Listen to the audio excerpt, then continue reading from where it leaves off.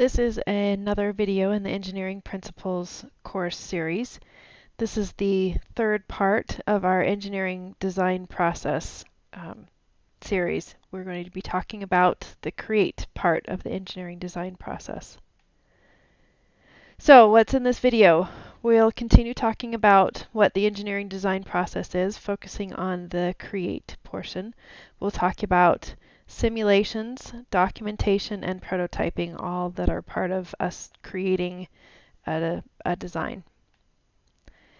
Some questions to answer during this video.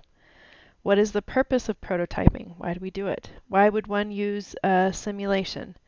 And what is the importance of documentation? So just to remind ourselves where we are in the design process or design cycle. We've already understood the problem. We've started to design and brainstorm and select a solution, and now it's time to put that solution into practice. We'll simulate, document what we've done, and prototype so that we can understand our design better. Simulation is basically using a mathematical model to show what a real system or process does or how it works. We need to do that. In order to do that, we need to develop a model, and usually that's done by using our understanding of physics and chemistry and mathematics and the science behind how something works. Why would we want to simulate? Well, we may not be able to try something out exactly until it's implemented. For example, the control systems of a lunar lander, we may not be able to exactly try that out in the environment that it needs to operate in, so we need to simulate that. We can also ask hypothetical questions. What if something were this way? We can simulate that without actually physically trying it out. And because we can do this, we can reduce the cost of design. We can make adjustments to our simulations based on our understanding that cost less than building a whole physical prototype. We also can use a simulation to optimize a design or a process and make it better and go through many iterations without having to go through the time and the cost and the effort required to build a physical prototype. We can also use a simulation to train somebody who's actually going to be using the process or the design that we make and help them to be able to understand how to use it or how to run it without having to run the actual physical process and possibly make mistakes on a physical process. So any technical documentation, let's talk about what that is. It's basically, I'm going to talk about two different types. First, we'll talk about the technical documentation that has to do with products. So basically, that's any document that describes how we want to use, how the product is used, how it works, or the functionality, and the architecture, or how it's made, how it's constructed. And this is referring to a technical product. So this could be some software, how to use it, how it's made up, what functionality it has, and how it works, basically what we can do with it. Or it could be a physical product. The other type of technical documentation we'll talk about here is research or design documentation.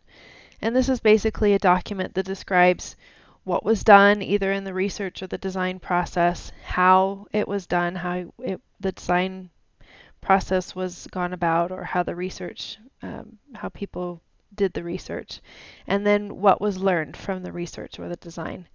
And this is done during a research or a design process project.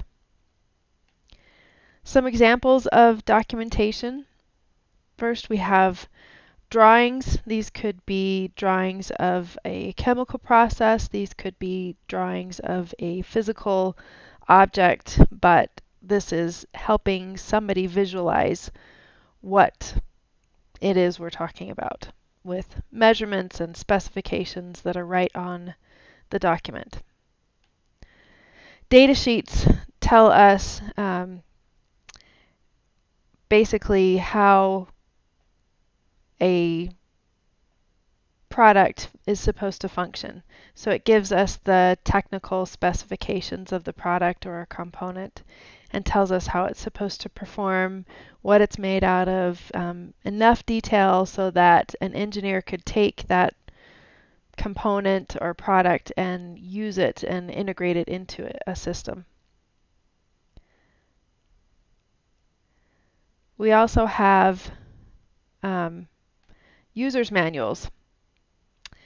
And a user's manual is just what it says. It's meant for somebody who's going to be the end user of a product or a software.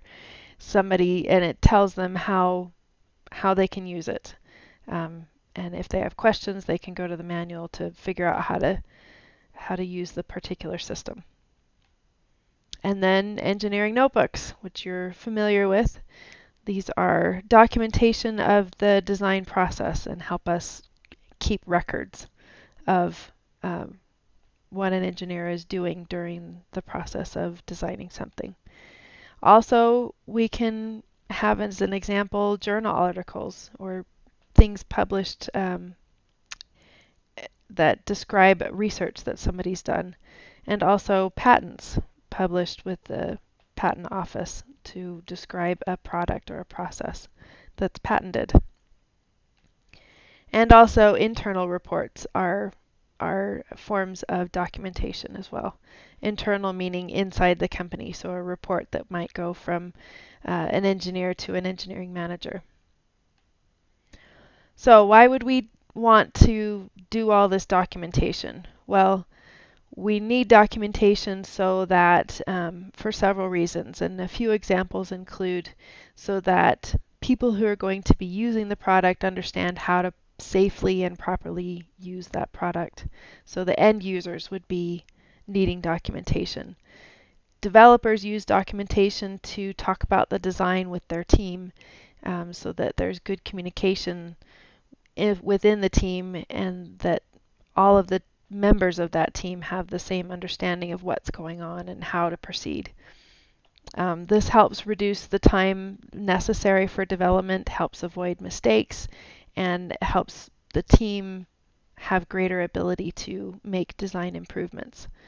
Also, the sales team could use documentation in order to be able to properly or successfully sell the product, as well as managers would use documentation to make business decisions on whether to proceed or how to proceed with a product.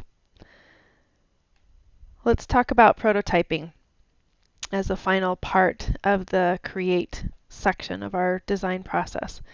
A prototype is basically an early model of what the product is that we're going to build, and we make this prototype out of not final materials, and it's not the final design. We're making it so that we can learn from it.